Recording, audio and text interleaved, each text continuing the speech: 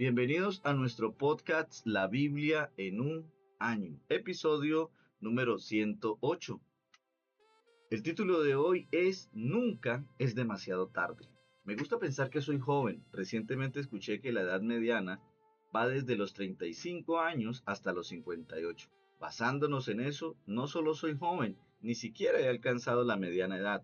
Con frecuencia, la gente califica a la etapa de la mediana edad como el tiempo de la crisis de los 40. Una crisis en mitad de la vida puede ser causada por el envejecimiento mismo o por la combinación de este con cambios, problemas y frustraciones laborales, las relaciones, los hijos, los cambios físicos asociados con la edad. Las personas que experimentan la crisis de la mediana edad suelen perseguir un sueño o una meta que no están definidos. Puede que tengamos un profundo sentimiento de remordimiento por las metas que aún no hemos logrado. Puede que temamos la humillación de parte de otros colegas más exitosos. Con frecuencia deseamos lograr tener un sentimiento de juventud. En la raíz de todas estas cosas hay un sentimiento de que falta algo. Suele dar, Se suele dar una especie de trágica sabiduría en las crisis de los 40, cuando las personas se dan cuenta del vacío que hay en mucho de aquello por lo que se esforzaban, incluso aunque no sea muy sabio cambiarlo por aquello con lo que lo reemplacen. Muchas veces me he preguntado si Zaqueo, de quien leemos hoy en el pasaje del Nuevo Testamento, estaba atravesando una crisis de la mediana edad. Lo estuviera o no, en su encuentro con el Señor Jesús encontró la respuesta, esa respuesta que mucha gente hoy por hoy está buscando.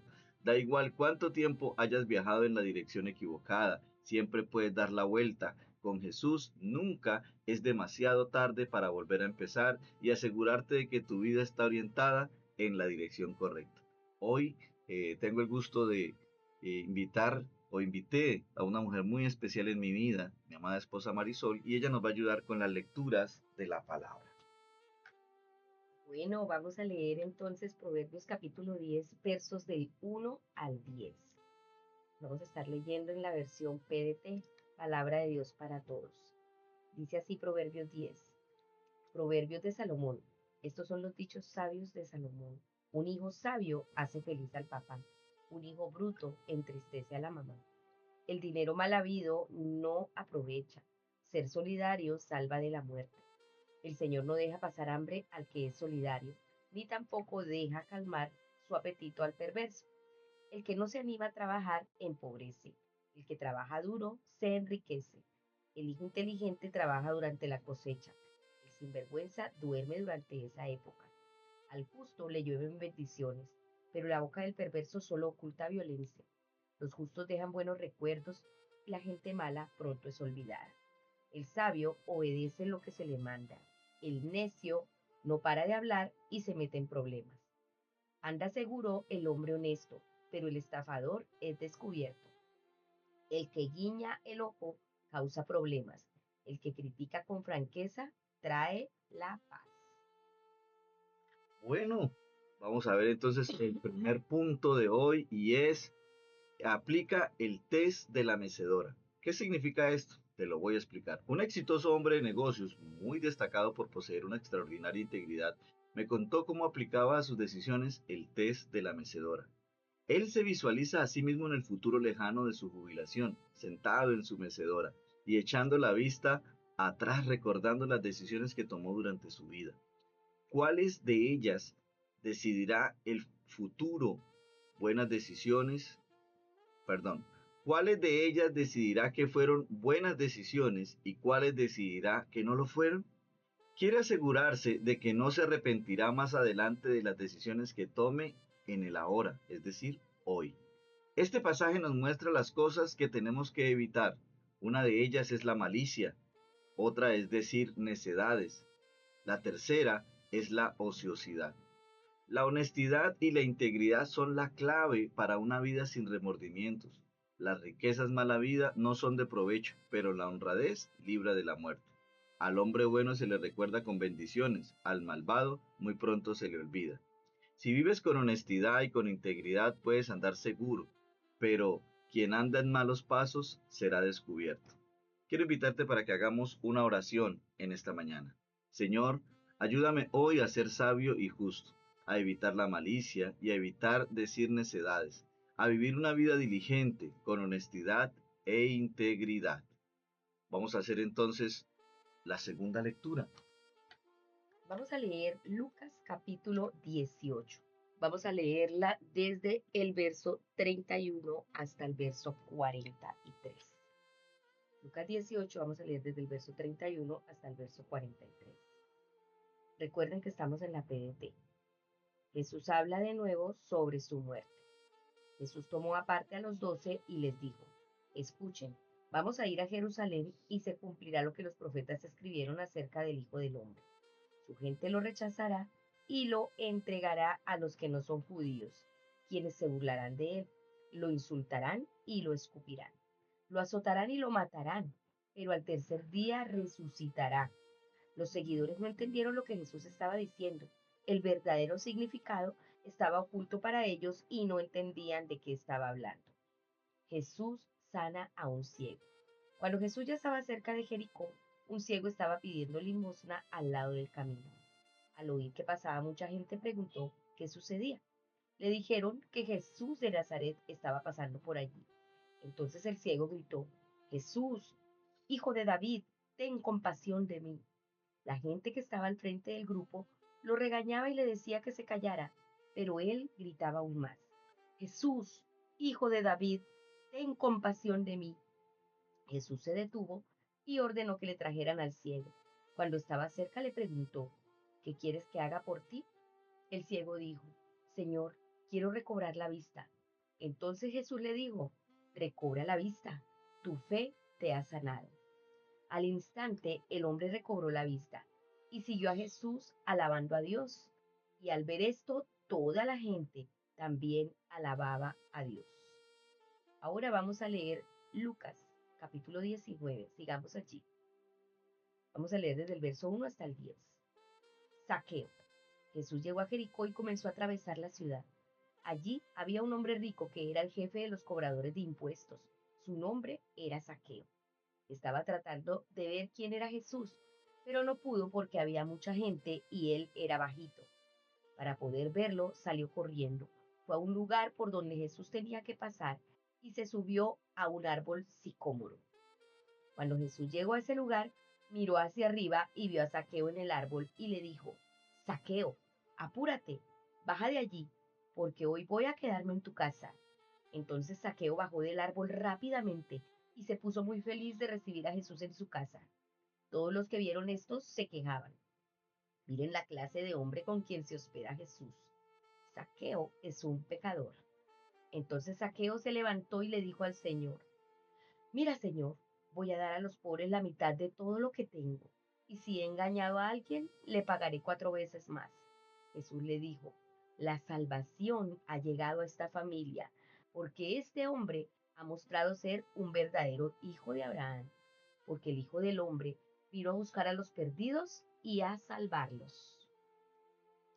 Lo segundo que debemos tener en cuenta o que debemos hacer es que debemos orientar nuestra vida en la dirección correcta. Debes tener presente que Jesús vino a hacer posible que tu vida y mi vida fueran redimidas y transformadas.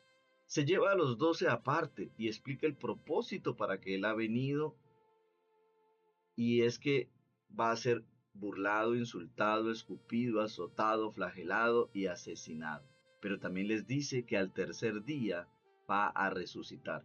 Lo que da esperanza a todo ser humano es la crucifixión y resurrección de nuestro Señor Jesucristo. El ciego es un ejemplo de alguien cuya vida es transformada totalmente por un encuentro con Jesús, un hombre cuya vida lo había llevado a acabar pidiendo limosna al borde del camino. Es transformado cuando clama pidiendo misericordia. Jesús le dice: recibe la vista, tu fe te ha sanado. Al instante recobró la vista. Entonces, glorificando a Dios, comenzó a seguir a Jesús. Después, Zaqueo encuentra a Jesús. Probablemente Zaqueo no era joven. Como jefe de los recaudadores de impuestos había alcanzado la cima de su profesión. Aunque se hacía cada vez más viejo, aún era capaz de correr y trepar un árbol. Había conseguido hacerse rico y probablemente su trabajo era su prioridad. Como jefe de los recaudadores, Zaqueo debía tener gente trabajando bajo sus órdenes. Seguro que lo habrían promovido muchas veces y podía mirar atrás con satisfacción por todos sus logros, pero el costo personal de su trabajo como recaudador de impuestos era la impopularidad, el odio de las personas. La gente en la situación de Zaqueo suelen sentirse resentidos hacia su trabajo y atrapados en la vida que ellos mismos han escogido. Lo más seguro es que tuviera una familia y leemos acerca de su casa. Puede que trabajara muy duro por ellos. Una crisis de la mediana edad puede ser devastadora para la vida familiar. Una persona en esta crisis puede volverse alguien resentido, deprimido y enojado con los que están más cerca de él, al sentir que no importa lo duro que trabaja, pues su familia siempre exige más de lo que puede ganar. Casi seguro que la casa de Zaqueo era un hogar religioso, sus padres llamaban a Zaqueo el justo, pero ahora la gente religiosa lo veía como un pecador, alguien despreciable. ¿Por qué? Pues porque recolectaba los impuestos de su propio pueblo para dárselo al imperio romano, llevándose una gran comisión para sí mismo. Con todo, estaba tratando de ver quién era Jesús. Tuvo que darse cuenta de su necesidad, a pesar de todo el dinero, el éxito y todas las comodidades que tenía. Sí, su vida familiar y su religión, todavía había algo que le faltaba a Zaqueo, que era, él quería tener un encuentro personal con Jesús, aunque quería verlo sin que Jesús lo viera. Mucha gente siente que por causa de su pecado y sus imperfecciones, Dios le dará la espalda, pero eso es algo totalmente errado. Dios ama a la gente imperfecta. Sí, escuchaste bien. Tú que eres imperfecto, Dios te ama. Yo que soy imperfecto, Dios me ama. Y en vez de darte la espalda, Él se vuelve hacia ti. Zaqueo no se dio cuenta de que no podía esconderse de Dios. Jesús lo conocía incluso por su nombre. Zaqueo no se dio cuenta de que Jesús lo amaba y quería conocerlo.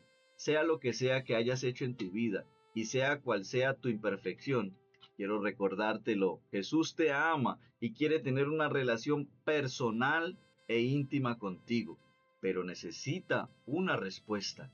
En un momento del encuentro espectacular, Jesús dijo a Zaqueo, baja enseguida.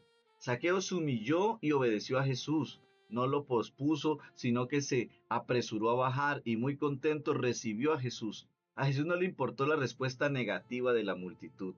El resultado, ¿cuál fue? Sí, la transformación total de la vida de Zaqueo.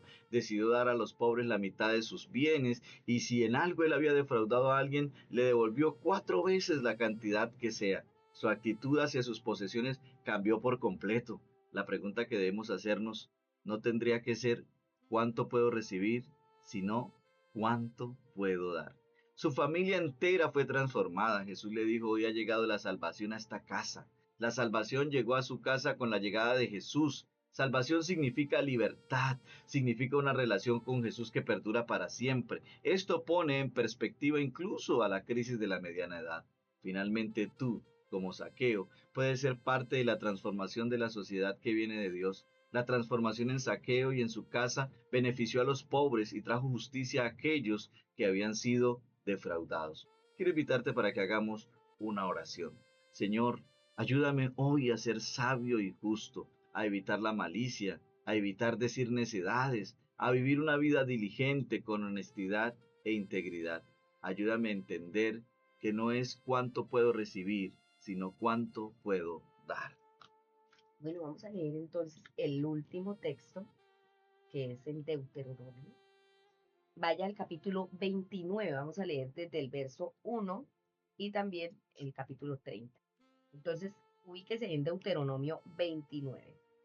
Renovación del pacto de Moab. Estas son las palabras del pacto que el Señor mandó hacer a Moisés con el pueblo de Israel en la tierra de Moab, además del pacto que había hecho con ellos en el monte Horeb. Moisés llamó a todo el pueblo de Israel y le dijo, ustedes han visto todo lo que el Señor les hizo en Egipto al faraón, a todos sus oficiales y a todo el país. Fueron testigos de las grandes pruebas, los milagros y aquellas grandes maravillas que hizo. Pero hasta hoy el Señor no les ha dado una mente que entienda, ojos que entiendan lo que ven, ni oídos que entiendan lo que oyen. El Señor dice, yo los he llevado a ustedes a través del desierto por 40 años. Durante ese tiempo, la ropa que llevan puesta no se les desgastó, ni se les rompieron las sandalias. No han comido pan ni bebido vino o cerveza. Lo hice así para que supieran que yo soy el Señor su Dios. Ustedes vinieron a este lugar y el rey Sihón de Hesbón y el rey Og de Basán salieron a hacernos la guerra y los derrotamos. Tomamos su tierra y se la dimos a las tribus de Rubén y de Gad y a la media tribu de Manasés como su herencia. Obedezcan fielmente todas las palabras de este pacto para que triunfen en todo lo que hagan. Hoy todos ustedes se están presentando ante el Señor su Dios, los líderes de sus tribus, sus ancianos, sus oficiales y todo el pueblo de Israel, sus hijos, sus mujeres y los inmigrantes que viven con ustedes, desde el leñador hasta el aguador. Están aquí para hacer un pacto con el Señor su Dios, jurando bajo maldición el pacto que el Señor su Dios hace hoy con ustedes. De esta manera, Él podrá hoy confirmarte como su pueblo. Él será su Dios, como se lo prometió a ustedes y como se lo prometió a sus antepasados Abraham, Isaac y Jacob. No es solo con ustedes con quien el Señor nuestro Dios está haciendo este pacto jurando bajo maldición, sino con todos los que están presentes hoy ante el Señor y también con los que no están presentes, nuestros descendientes. Ustedes recuerdan muy bien cómo vivíamos en la tierra de Egipto y cómo atravesamos las naciones por las que pasamos.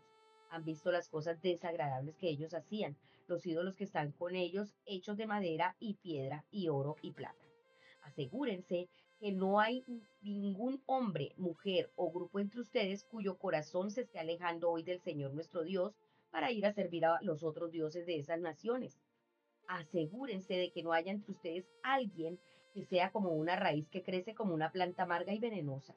Cuando esa persona escuche estas maldiciones, se crea bendito diciendo para sí, yo seguiré haciendo lo que me dé la gana, no me va a pasar nada, entonces el resultado será desastre total. El Señor no lo perdonará, porque la ira y los celos del Señor se encenderán en contra de esa persona. Las maldiciones escritas en este libro le pasarán a esa persona y el Señor borrará toda memoria de esa persona sobre la tierra.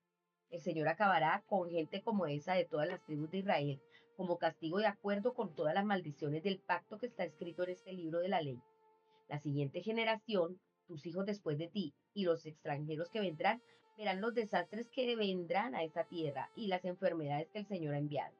Verán también que toda la tierra estará ardiendo en azufre y sal, sin ser plantada y sin ser cosechada. La vegetación no crecerá en ella, será como la destrucción de Sodoma y Gomorra, Admá y Cebollín, las ciudades que el Señor destruyó cuando estuvo muy enojado.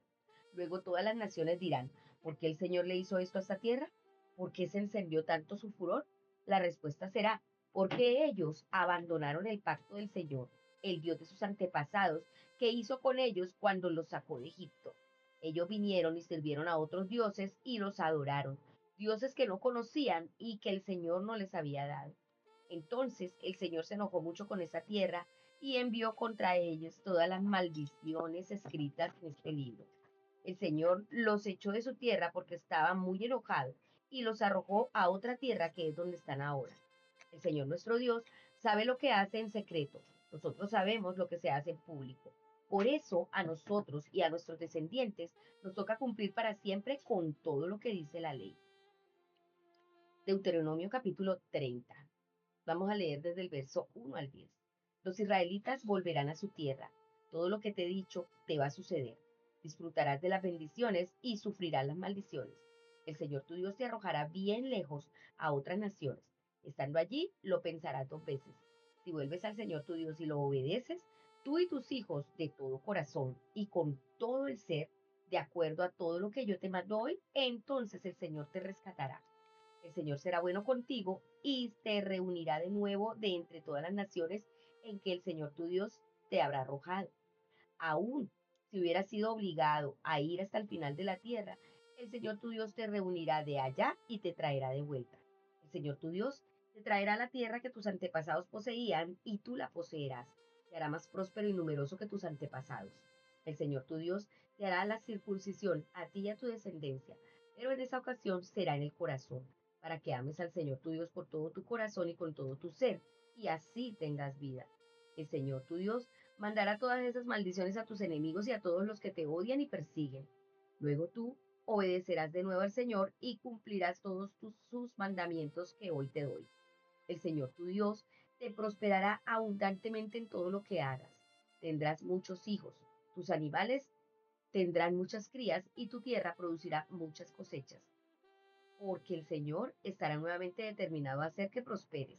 Lo hará de la misma forma como estuvo determinado a hacer que prosperaran tus antepasados. Así te bendecirá cuando tú obedezcas al Señor tu Dios al cumplir sus mandamientos y sus normas, porque están escritas en este libro de la ley, porque te volviste al Señor tu Dios de todo corazón y con todo tu ser. ¡Qué bendición! Bueno, el tercer punto, el tercer paso, el tercer aspecto que debemos tener en cuenta para entender que nunca es demasiado tarde es que debemos vivir una vida con todo el corazón. Hace poco me senté en una comida al lado de una mujer de 86 años que estaba postrada en una silla de ruedas. Me percaté rápidamente de que aunque su cuerpo le estaba fallando, su mente estaba muy bien. Me planteó algunas cuestiones teológicas muy complicadas. Cuando le pregunté cuál pensaba que era la respuesta a aquellas cuestiones, me respondió citando un versículo de este pasaje. Lo secreto le pertenece al Señor nuestro Dios, pero lo revelado nos pertenece a nosotros y a nuestros hijos para siempre. Me contó cómo había llegado a darse cuenta de que hay cosas cuya respuesta conocemos, pero que hay otras cuya respuesta nunca vamos a conocer en esta vida, como las preguntas que había ya estado haciendo. Aquellas eran parte de lo secreto que pertenece al Señor. Sí que nos pertenece la respuesta a algunas cosas. Dios nos ha revelado cómo vivir bien y sabiamente. Tenemos que evitar apartarnos de Dios y pensar que todo nos va a salir bien, aunque persista en hacer lo que nos plazca, pues esto provocará la ruina de todos. La manera de sacar el mayor partido al resto de tu vida es escuchar y obedecer a Dios con todo el corazón. Obedezcan con todo el corazón y con toda el alma. Se compadecerá de ti y te traerá de vuelta y volverá a reunirte. Y tú volverás a obedecer al Señor y a cumplir todos sus mandamientos siempre y cuando obedezcas al Señor tu Dios y cumplas sus mandamientos y preceptos, escritos en este libro de la ley, y te vuelvas al Señor tu Dios con todo tu corazón y con toda tu alma. Recuerda, nunca es demasiado tarde para empezar a vivir una vida de todo corazón. Quiero invitarte para que hagamos una oración. Señor, ayúdame desde ahora en adelante a vivir una vida con una obediencia a ti de todo corazón. Ayúdame a no desviarme y a que hoy sea un nuevo comienzo y ayudar a obedecerme de todo corazón. Vamos a leer el comentario de la pastora Pipa Gumbel. Ella toma Lucas 19 del 1 al 10. Dice así: un Viernes Santo asistí a una representación de la Pasión de Jesús en Trafalgar Square en Londres. Había tantísima gente que era muy difícil ver. Como soy más bien pequeña, me sentí igual que Zaqueo intentando aproximarse a Jesús. Si hubiera habido un árbol, me habría encaramado en él. En mi intento por ver, traté de subirme a bancos, papeleras y paredes. Una o dos veces los de seguridad me hicieron bajar. Fue muy frustrante. Yo quería ver a Jesús, aunque no fuera el verdadero. Para Zaqueo debió ser algo emocionante y llenarle de nervios a la vez que Jesús lo señalara entre toda la multitud. Jesús nos ve y nos busca, incluso cuando nos sentimos insignificantes. Uy, así es. Dios ha sido bueno y esperamos que este devocional haya sido de muchísima bendición para sus vidas, que de verdad hagamos las cosas que realmente importan. Bueno, eh, este devocional fue escrito por el pastor Nicky Gumbel de la iglesia HTB en Londres y las voces de este podcast son de Marisol Rojas Y Luis Alfonso González. Bendiciones.